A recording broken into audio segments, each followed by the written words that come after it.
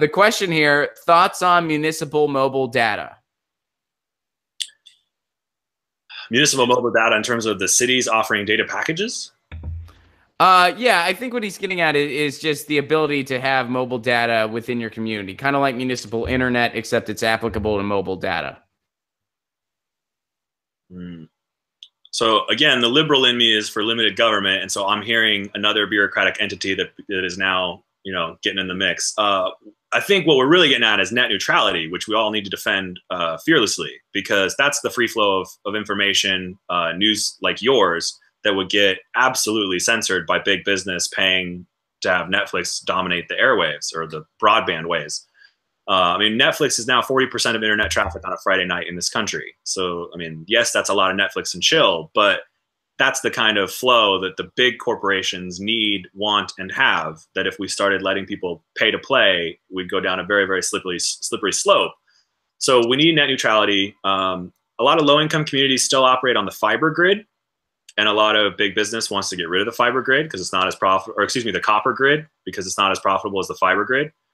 But our first responders still use the copper grid as a backup. So there's a lot of components in here where we need to safeguard. I mean, again, this is infrastructure we need to have an eye on and update, because digital warfare is going to continue to be a thing. Again, at my investment firm, we have a real estate investment trust, a REIT, that buys data centers and surgery centers. So the internet is something in terms of the infrastructure that I'm very familiar with and that I'm very concerned with. I don't know if everybody out there knows, but Russia has been parking their submarines next to the transatlantic and Pacific internet cables for a long time. We don't know why. Hopefully they do. But the NSA's got that gigafactory in Utah after the Patriot Act. So there's a lot of components to internet that I'd like to dive into. Municipal data, I mean, that's a local government thing, to be honest, but I don't know too many cities that have the budget to start throwing up data packages. Well, here's the thing, and when it comes to net neutrality, I completely agree with you. We talk about net neutrality a lot on this show. I think it is absolutely paramount to a democratic society, and the fact that we lost it is extremely dangerous, and they've been trying to take it for a long time now, and they got it. But my permanent solution, the only true permanent fix I see, is municipal internet nationwide. I mean, other countries that have done something similar, they enjoy faster internet at a more reasonable price than we pay typically. I mean, over in the UK, they pay about, £20 a month on average, sometimes a little more than that.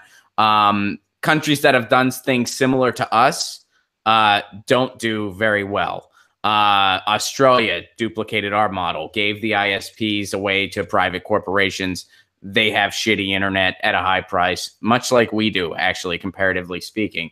The only permanent fix is municipal internet, because when you put the internet in the hands of the people, well, we're going to follow net neutrality laws.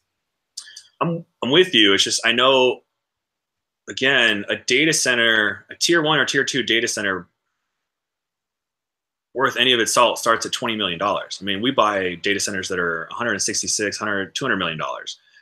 The servers inside will be, in terms of total cost to run the place, 12 times that, right? That's just for the building. The tenants inside are swapping out the servers every 18 to 36 months. That's just Moore's law, right? Bigger, faster, stronger. So all I'm thinking is, if you put all of this in the hand of a city, and the city has to run this data center, and the city has to provide everything, they're either going to have to contract it out, or they're going to have to run it themselves. And these are mission critical buildings. When a data center goes down, bad things happen. So there's all kinds of examples, but one of the most common ones that keeps happening that you don't hear about is internet or airline companies. You'll read about a Delta outage where they had to ground 4,900 flights, but you don't ever hear the fact that it was their data center that crapped out and they lost control of the entire company. And when they have to ground 4,900 flights, the FAA has to juggle everybody else, and we all, as consumers, get stuck, right? So I don't want the government running more and more data centers, is kind of what I'm concerned with. I ironically trust corporations with my data more than the government. I mean, everything that Facebook has on me, I gave them. Yeah, I mean, I'm definitely not with you there. And Balthazar points out it's about properly providing municipal coverage to all residents as a right. 911 fails 1 in 5 times to find people. Mobile comm companies provide insufficient coverage and data speeds for exorbitant prices. Well, then what is your fix? Like as far as just net neutrality and all this goes, if you don't favor, municipal broadband, what would be your ideal fix for this? We both agree that it's a big problem. What's your solution? So to be fair, municipal broadband, this is the first time I've dove into it, so that's my fault. So I'll research. Oh, that's cool. That's cool. But I'm just the wheels turning, telling you what I'm thinking.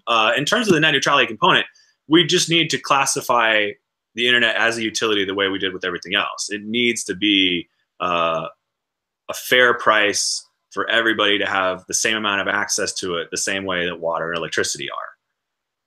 See, so here's the thing, man. I'm with you, and when it was a Title II, that was great, and I'm all about making it a Title II again. I think it should be designated that by the FCC, but they're just going to keep coming after it. We're just going to keep having this fight every couple years. You know what I mean? Like that's just how it's going to happen, because we had it as a Title II.